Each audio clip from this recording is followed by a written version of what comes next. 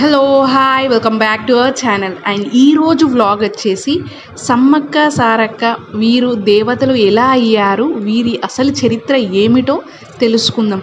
చాలామంది పేరెంట్స్తో పిల్లలు సమ్మక్క సారక్క దగ్గరికి వెళ్ళి దర్శనం చేసుకొని వచ్చేస్తారు, కానీ దాని వెనుక స్టోరీ అనేది ఎవ్వరికి తెలియదు. అలా వెళ్ళి ఎందుకు మొక్కుకుంటారు, ఎందుకు అలా బెల్లం అనేది సమర్పిస్తారు అనేది కూడా కొందరికి తెలియదు. తెలిసిన వాళ్ళకి ఓకే, తెలియని వాళ్ళకి ఇది వీడియో మీరు ఉపయోగపడుతుంది. సో మొదటిగా సమ్మక్క సారక్క ఎవరంటే తల్లి కూతుర్లు. సమ్మక్క తల్లి, వీరి కూతురు సారక్క. వీరు మన తెలంగాణ రాష్ట్రంలోని జగిత్యాల జిల్లాలోని తాటువాయి మండపంలోని ఒక గిరిజన జాతికి చెందిన వారు.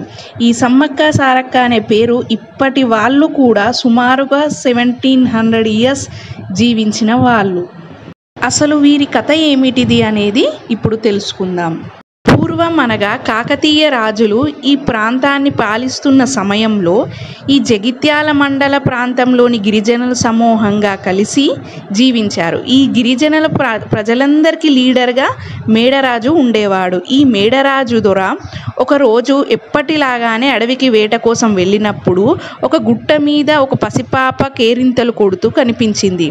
ఆ పాప చుట్టూ పులులు, సింహాలు కాపలా కాస్తూ ఉన్నాయి. ఇది చూసిన ఈ రాజు ఆ పాపను దైవంశ సంహూర్తిరాలుగా భావించి దేవుడే ఈ పాపను తమ గిరిజనుల కోసం పంపించాడు అని భావించి ఆ పాపను ఈ రాజు తీసుకొని ఈ గూడానికి వచ్చాడు. ఆ పాపను సమ్మక్క అనే పేరు పెట్టి మేడరాజు దొర కుటుంబమే సొంత తల్లిదండ్రులుగా మారి తనను పెంచుకున్నారు. ఎప్పుడైతే సమ్మక్క అనే వేరే ప్రాంతాలకు తెచ్చుకున్నారో అప్పటి నుంచి వారి ప్రాంతాలలో కరువు కానీ సమస్యలు కానీ అన్నీ తగ్గిపోయాయి.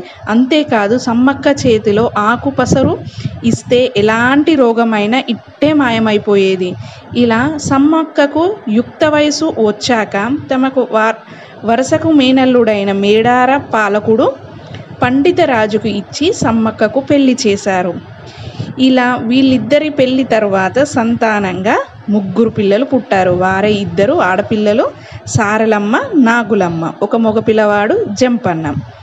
ఇక్కడ మీరు ఒకటి గమనించండి, సమ్మక్క తండ్రి పేరు మేడారం.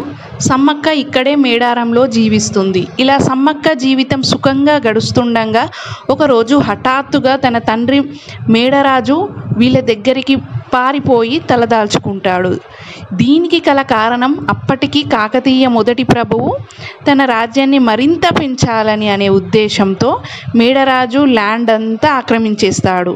వారిపై యుద్ధానికి దిగాడు. దాంతో మేడరాజు తట్టుకోలేక చివరకు తన కూతురు సమ్మక్క దగ్గరలో ఉన్న మేడారంలో రహస్యంగా అజ్ఞాతవాసిగా ఉంటాడు.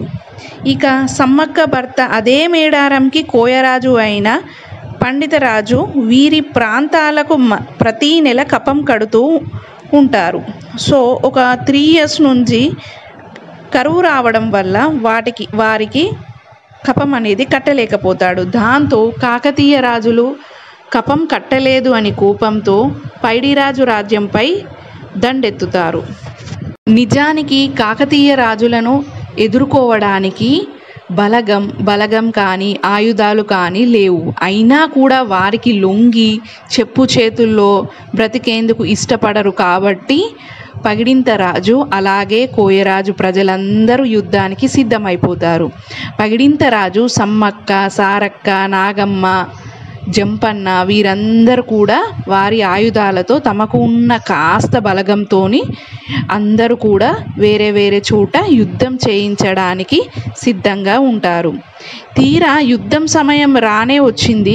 అపోజిషన్ పార్టీ అయిన కాకతీయ వాళ్ళు యుద్ధానికి బలగంతో మంచి గట్టి గుర్రాలు, ఏనుగులతో వస్తారు.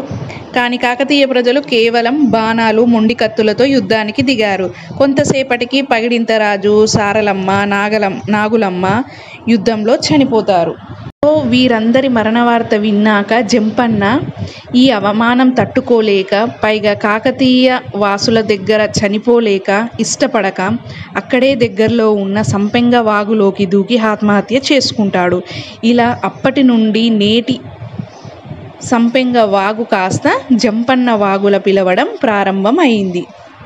తమ కుటుంబం వారంతా చనిపోయారు అని తెలుసుకున్న సమ్మక్క ఏమాత్రం వెనుకాడకుండా తన శక్తి మేర ఒక కాళీమాతగా విజృంభించి ఫైట్ చేస్తుంది. ఇలా సైన్యంతో యుద్ధం చేస్తుండగా వెనుకాల నుండి ఒక సైనికుడు వెన్నుపోటు పోస్తాడు. దాంతో సమ్మక్క ఒక్కసారిగా కుప్పకూలిపోతుంది. అలా రక్తం కారుతూ ఉండగానే దగ్గరలో ఉన్న చిలకల గుట్ట వైపు వెళ్ళిపోతుంది. చిలకల వాసులు ఒకసారి సమ్మక్క కోసం వెతుకుతుండగా ఒక గుట్ట కింద కుంకుమ భరణి కనిపిస్తుంది. ఇది గుట్టపై ఇదే స్థానంలో సమ్మక్క పుట్టింది. అలా కుంకుమలా మారి అదృశ్యమైపోయింది. ఇంతలో అక్కడికి వచ్చిన గిరిజన ప్రజలకు ఆకాశం నుండి కొన్ని మాటలు వినిపించాయి. అవి ఏమిటంటే, ఈ గడ్డ మీద పుట్టిన ప్రతి ఒక్కరూ వీరుడిగా రాజ్యాన్ని పరిపాలించాలని, ఇక్కడ 2 గద్దలు కట్టి 2 ఇయర్స్కి ఒకసారి ఉత్సవం జరిపిస్తే వారి కోరికలను నెరవేర్చుతానని ఈ మాటలు ఆకాశాన్ని నుంచి వినిపించాయి. ఈ మాటలు విని అమ్మ ఆదేశంగా భావించారు ప్రజలు. ఈ మేడారం జాతర అనేది 4 రోజులు జరుగుతుంది. మొదటి రోజు కన్నెపల్లె నుండి సారలమ్మ గద్దకు తీసుకొస్తారు. రెండవ రోజు చిలకల గుట్టలో ఉన్న భరణి రూపంలో ఉన్న సమ్మక్కను గద్దకు తీసుకొస్తారు. అది 3వ రోజు అమ్మవార్లిద్దరూ అదే సమ్మక్క సారలమ్మ ఇద్దరు గద్దపైకి కొలువు తీరి భక్తులకు దర్శనమిస్తారు. 4వ రోజు ఆహ్వానం పలికి ఇద్దరిని తిరిగి వన ప్రవేశం చేస్తారు. అలాగే ఈ జాతరలో అమ్మవార్ల బంగారంని బెల్లాన్ని సమర్పిస్తారు అమ్మవారికి. భక్తుల వారి కోరికలను తీర్చమని అడుగుతారు. ఇలా అమ్మవారు అనేది కుంకుమ భరణిలా అదృశ్యమైపోతుంది. సో ఆ టైంలో ఆ కుంకుమ భరణి ఈ 2 ఇయర్స్కి ఒకసారి మన దర్శనం చేసుకొని సమ్మక్క సారలమ్మ ఇద్దరిని జంపన్నని దర్శనం చేసుకొని మన కోరికలు అనేది బెల్లం రూపంలో అమ్మవారికి ఇచ్చి మన కోరికలను నెరవేర్చమని భక్తులు కోరుకుంటారన్నమాట. ఇది సమ్మక్క సారక్క జాతర ముచ్చట.